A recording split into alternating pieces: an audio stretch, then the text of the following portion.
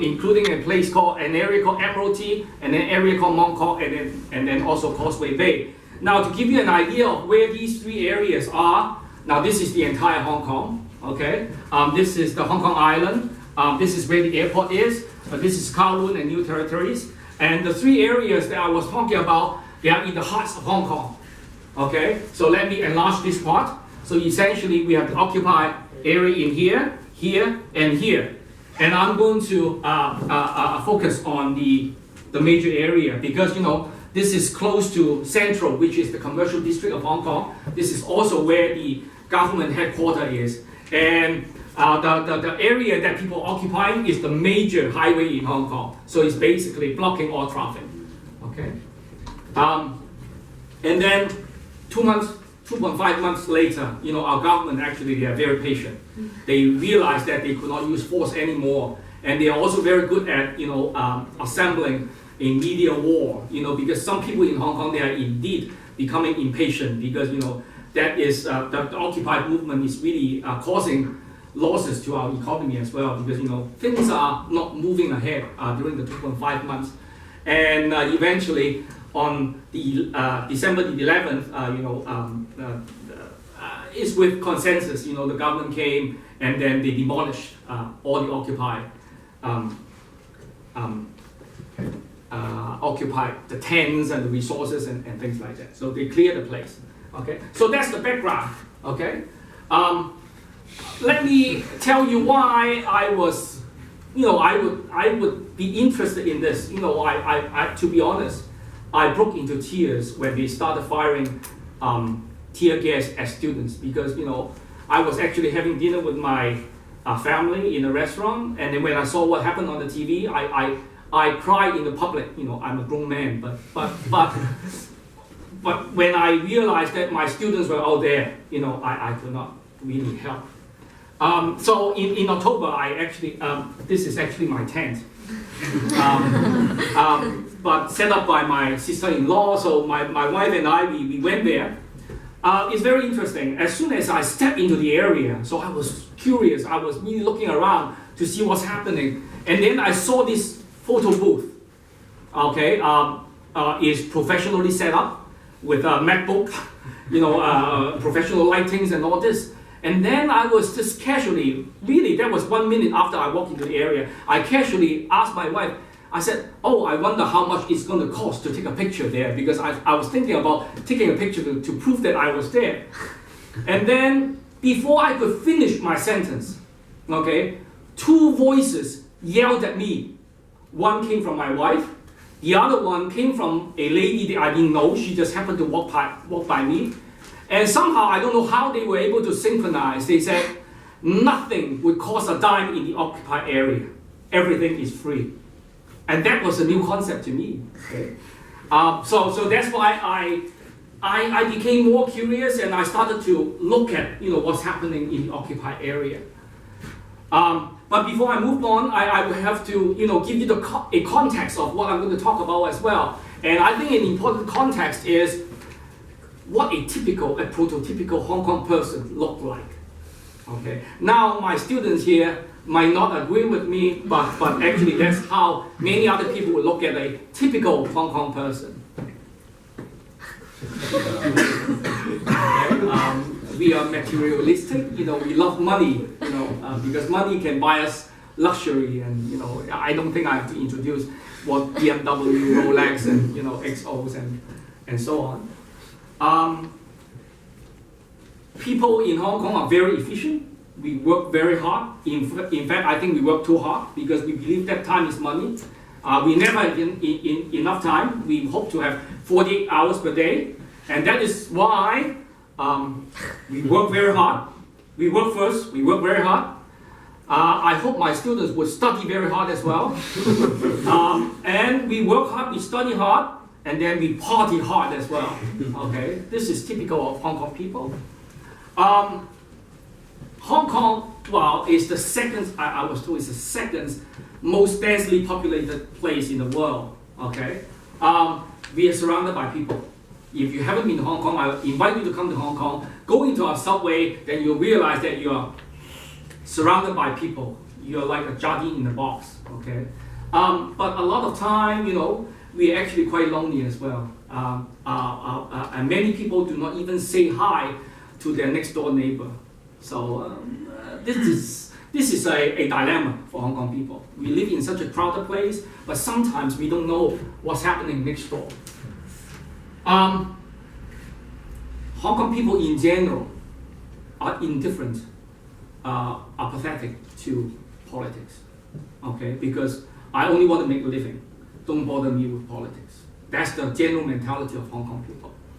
And last but not the least, I'm sure you heard of tiger moms, or monster parents, or actually another term, meaning the same thing, helicopter parents, because Chinese parents tend to really hovering over their kids in essentially whatever they are doing, including studies, what they do as a hobby and things and so on. And our kids, they listen to their parents. So some people, they criticize that teenagers in Hong Kong, they do not have a mind of their own. They always, what major should I study in university? What job should I do after I graduate? They listen to their parents, okay? So this is the kind of context I would like to give you, okay? No, not everybody in Hong Kong are like that, but this is what a typical Hong Kong person, at least that's how they are being portrayed to the international community. I talked about a community earlier, so I look up the definition of community from the Webster Dictionary. Okay, I think I would like to highlight some of the key elements of a community. Of course, we have to have an area before we can call that thing a community. Although I understand, we could have virtual community, but usually a community has a place, a physical space. There must be people in there as well, or else we don't have a community. And these people, they are similar. They share common social, economic, or political interests, okay? And in the community, I think they also do things as well. There are activities going on. And it would be with these perspectives that I'm going to walk you through what is happening inside the occupied area during that 2.5 months. In order to have a physical area, we have to have a boundary. Well, I mean, it's very clear. It's a highway, okay? So the two sides of the highway is the boundary. But how about the two ends of the highway? The people there, they are very creative. We have volunteers. We have construction workers as volunteers as well. So they're so good in Hong Kong construction workers, they are famous worldwide in doing the bamboo scaffolding, right? So they are using the same techniques to build up barricades on the different ends of the highway. More pictures using these are, I think, the thick resources from the police, but we took them anyway. Now, I have to warn you for the next slide, which might offend somebody in this room. If it does, I have to apologize to you, or you can decide to close your eyes, okay? My wife insisted that I put the next slide here. She calls it a barricade with creativity and attitude. Okay, she thinks it's cool. So we have an area, really, a well-defined area for the occupied area. How about the people who are in there? These are some of the inhabitants in there. She's my sister-in-law. And all these are friends that she made inside the occupied area. They have become good friends. And really, the occupied area is also very densely populated as well. Who are there, really? They are students, people from different professions, housewives, people who resign their job to go to the occupied area, people who would go work in the daytime, at night they'll come back. In fact, I remember the next tent, the lady was a school teacher. Every day at 5 a.m. she would get up, go and wash herself, go home, wash herself, and then change, and then go to teach in school. And then at 5-something p.m. she would return to the occupied area. They're just people from different walks of life in Hong Kong who would go there. Of course, they are students as well. In particular, this Mr. Wong, everybody call him Uncle Wong. He's probably the oldest inhabitant in the occupied area. He stayed until the very end. He provides great support, mental support to many of the teenagers in the occupied area. So this is perhaps you would have seen pictures like that in international news. Essentially it's like a big camp area with all the tents there. As I said, this is my tent. I'm not sure whether you can see what we put down there. Every tent we put down an address essentially. Okay. This one is even more interesting. It says that this tent is a particular area. It costs 14,000 Hong Kong dollars per feet. Okay, because the real estate market in Hong Kong is really crazy, and many people cannot own their own apartment or space. So this is, I think people are being sarcastic, right? Now I finally have my home, which is a tent in the occupied area. Now I heard on hearsay, I could not prove it. Some people actually try to send a letter to a tent in the occupied area, and it was successfully delivered there. Okay. These are some of the personal gears, a must-have for all the occupants. Okay, in the occupied area, a goggle, a mask, a water flask for holding water because you don't know how much you're going to fight for, and yellow umbrella, of course, a mask because you never know. People, the police, sometimes they will attack the occupied area. There could be other people who would like to attack the occupied area as well. So that's why people are always armed with these weapons. Well, maybe you can say that these are weapons, but usually they are making use of wooden plywoods and maybe even foam board and to make shields to protect themselves. So these are really the only weapons that people would have in there. Of course, besides the regular occupants, there are also visitors. They even set up a visitor booth to help people who would just go in there. You can ask there for location of toilet, meaning of this Occupy movement, because actually during that time, there are so-called evening visitors who would not stay there, but after work they would just go there. Like me, I would go there and take a look what's happening. And there are also weekend visitors. And during that time, I think there are many visitors from overseas, okay, also from mainland China, coming to see what's happening. In particular, for people in mainland China, this is unthinkable for them. They will never dream of having something similar, well, except the 1989 happening. So they would like to come and try to understand what's happening as well. And actually, visitors also include spies from the mainland government. We've seen people going there, taking pictures, doing fishy stuff, But in any case, this is the kind of occupied area we have. Oh yeah, another special group of visitors is that these are people working in the area because it's very close to an area called Central, which is the major commercial district in Hong Kong. So people would go there for lunch to provide support to the occupants there. Even the dog would go there. Of course, a community will have different kinds of facilities as well. You just cannot imagine what kind of facilities they have over there.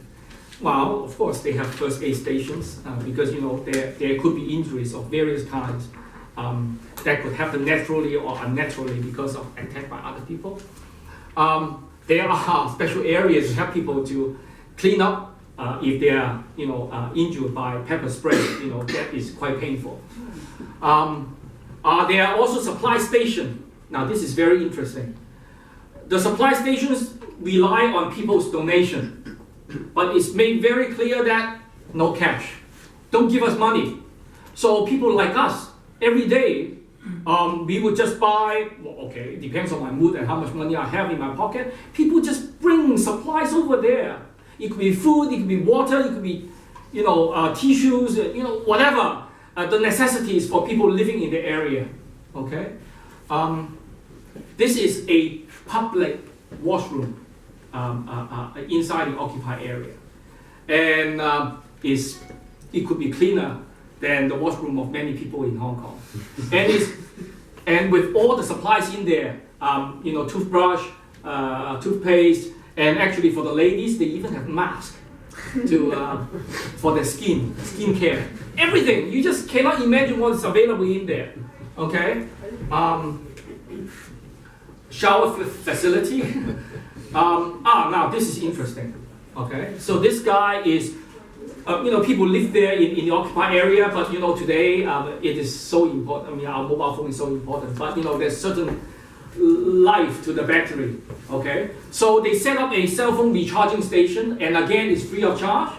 No, but you say, so what? I think the most important thing is, why would people leave their mobile phones there? Really, it's a matter of trust. I mean, it's just a guy saying that, hey, I'm going to recharge your mobile phone for you, and people would just trust him and leave their mobile phones there. This is inside a shopping mall next to the occupied area, and they do that inside the occupied area as well. Okay, a little excursion.